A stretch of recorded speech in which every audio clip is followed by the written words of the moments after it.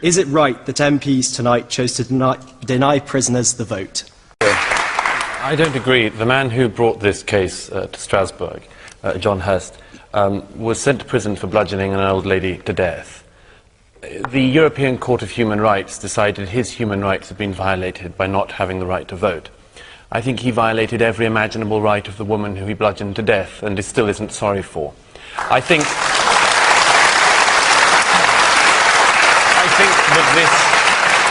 that this case points to the terrible thing that is happening in Strasbourg, which is that activist judges and ambulance-chasing lawyers are creating a situation where the ordinary human rights of ordinary people are routinely being trumped by the unordinary rights of people who have behaved appallingly in society.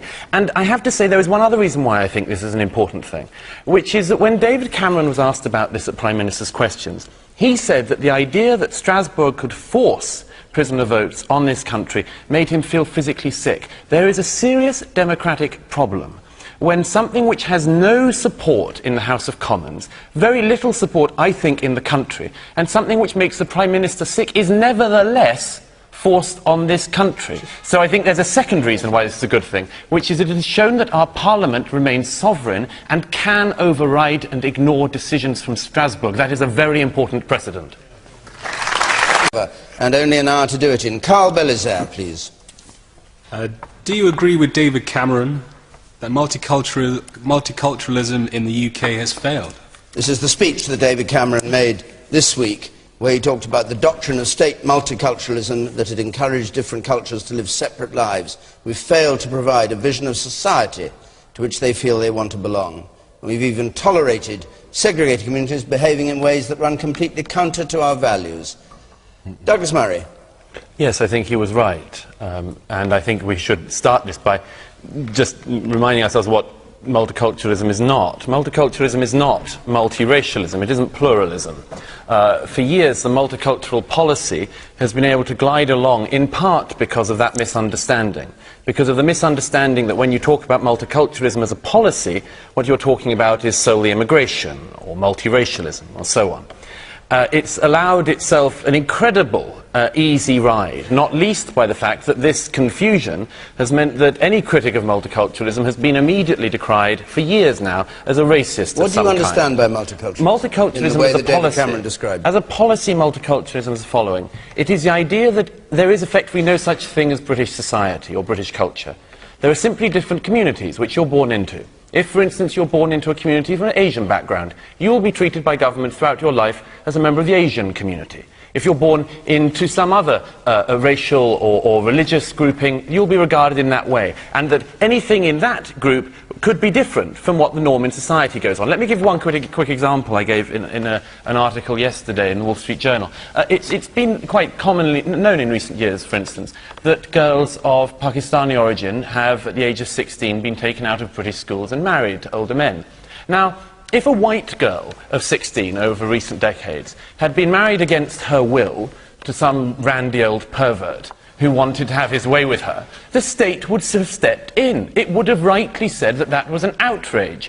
But, lo and behold, 16-year-old girls of Asian origin disappearing from their schools, nobody wanted to mention it because it could be thought to be racist. The idea was that there are different values for different people in society, and there is nothing more divisive than that, and I'm glad that David Cameron has called time on it. Maybe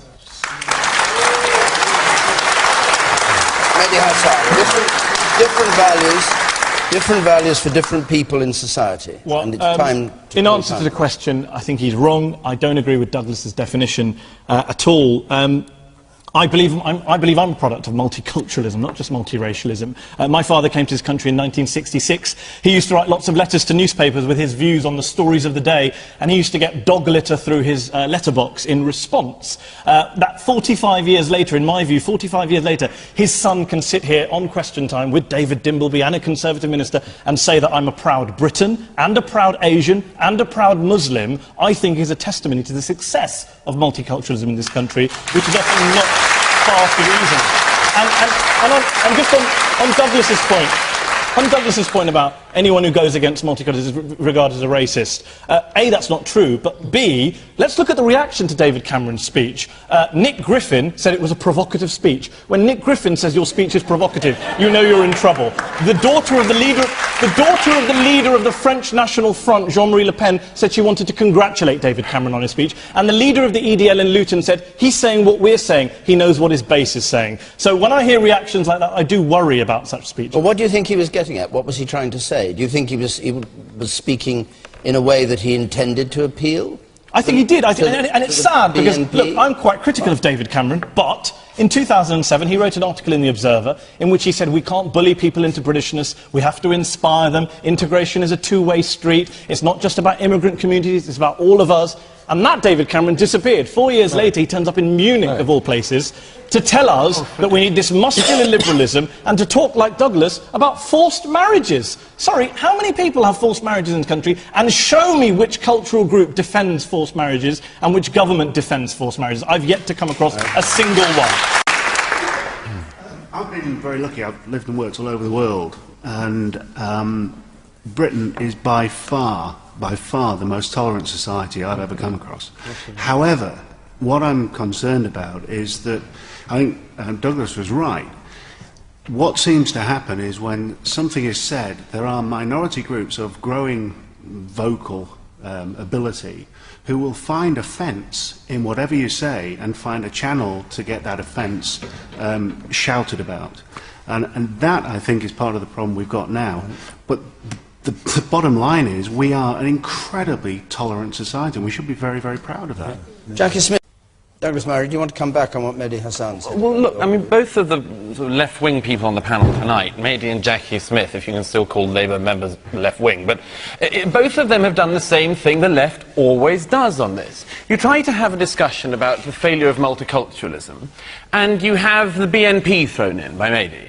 Told, well, the BNP member congratulated him, at least concede, Mehdi, all sorts of crazy and horrible and disgusting people can jump on a bandwagon without meaning that it's the wrong thing to have said. Maybe they're just opportunists. I suspect they are. And Jackie then throws in the example of the EDL. I think, do you really think, Jackie, that was what David Cameron was aiming to do? I mean, a couple of, 100 people marching in Luton does not mean the Prime Minister of Britain should not be making a speech about a very serious matter. And this is a problem. The debate by the left is always attempted to be shut down by associating it with far-right extremist and racist groups instead of having a frank and honest discussion. I did not say that he shouldn't make the speech. And I said I thought the argument he made in the speech was right, and incidentally, it was one that we had previously made. What I said was it would have been appropriate, given that speech, to also say that when we're promoting shared British values against Islamist extremism, we should also do it against right-wing extremism. I think you can belittle the idea of a couple of hundred extremists, but if you put yourself in the shoes of a British Muslim in Luton or in other cities where the EDL have marched who live in fear of those groups, then I think they have a right for their Prime Minister not to go abroad to Germany and send them lectures from there on who isn't and isn't an extremist. Take a couple of points from our audience, and then we'll go on to another question. The gentleman there, you say. And you, sir. I mean, I agree with the gentleman who just said that Britain is a very tolerant society. Yes, it is very true. It's a very, very tolerant society. Sadly, the tolerance of this country has been abused by certain religious groups. And I completely agree with Douglas Murray when he said that Mr. Cameron has done the right thing. And I hope Mr. Cameron means business. Now, Mr. Cameron was making the speech in the context of terrorism.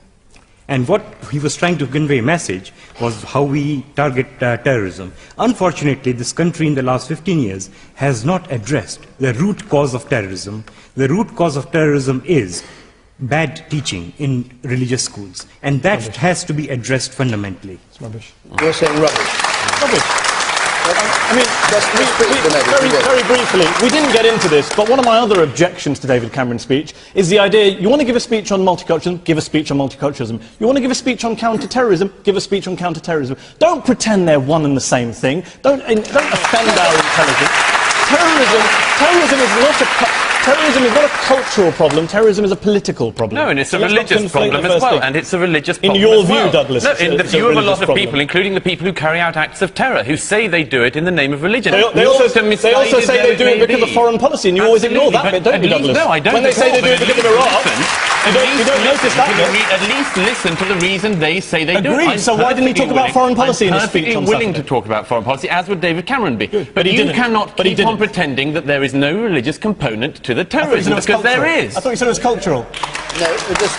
Pick one. Wait a minute, Eddie. Culture and religion is not the same. Stick with religion. You're saying there is no religious component. I'm saying there is a religious component. I'm saying it's not a cultural component. The people who blew themselves up on the London Underground were not people who couldn't speak English or didn't go to secular schools. That's the tragedy of it. Well, that's then don't say it's a cultural problem. No, but you're don't pretend that forced marriage. Because maybe you're doing what they weren't on a forced marriage. Both speak at once. Nobody can hear. So let's have a little bit of order, shall we? Let's have a question, please, from Gemma Perlin.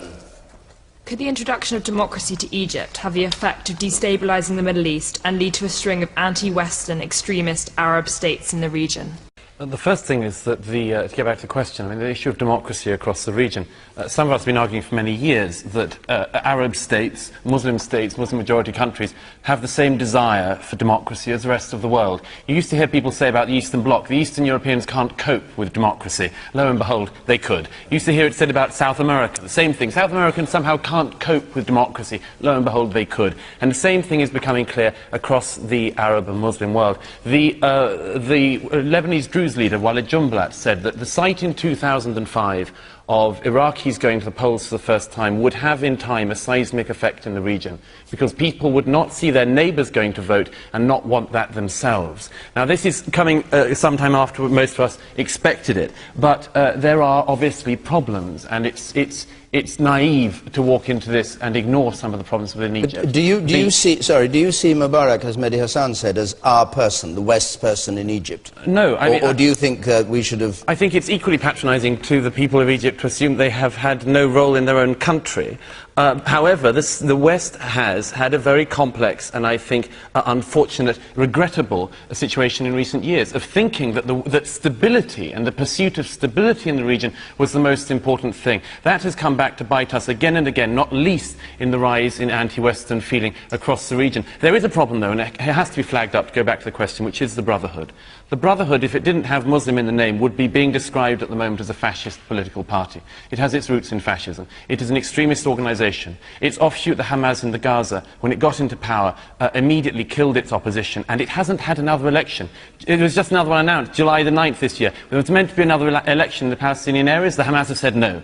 They are a one-vote, once political party, and we can't be so naive to think we can't... No. They cannot be so naive as to think that the Brotherhood, if they came to power in Egypt, would be anything other than a disaster for the region. Well, do we have the right to intervene to prevent it? No. Let me clarify this. So the following. It is very unwise for leaders like William Hague, David Cameron and Barack Obama to be saying who they would like to run Egypt. It's a choice for the Egyptian people, and they should remain silent. But that does not mean that behind the scenes and elsewhere you cannot say that the government, whatever it is that comes in Egypt, has to abide by, among other things, international norms, peace treaties, including the Treaty of Peace that has kept peace between Egypt and Israel for 3 decades now. And this is a very, very important thing, because if the Brotherhood comes in and says, as their leaders have said in recent days, that they will immediately block the Suez Canal and start a war with Israel, then we are collectively going to be, and the Middle East is going to be in serious trouble. How can you order a new government to abide by a treaty made by Mubarak? Well, in the following way, between Egypt and Israel. When you say you don't want intervention, made by Sadat. In the following way, by saying that by using soft power, by encouraging the country to go in a certain way, by making it clear that for Egypt to become a normalised country, it has to have a normal government. None up there in the check shirt, the blue check shirt. It's somebody with a striped shirt. Doesn't matter. Yeah, I think the big difference between Eastern Europe and the Middle East is Islam. And some would say that Islam is not compatible with democracy. Okay. And tell that to the Indonesians. Yeah, Indonesia is the largest Muslim country in the world and is a democracy.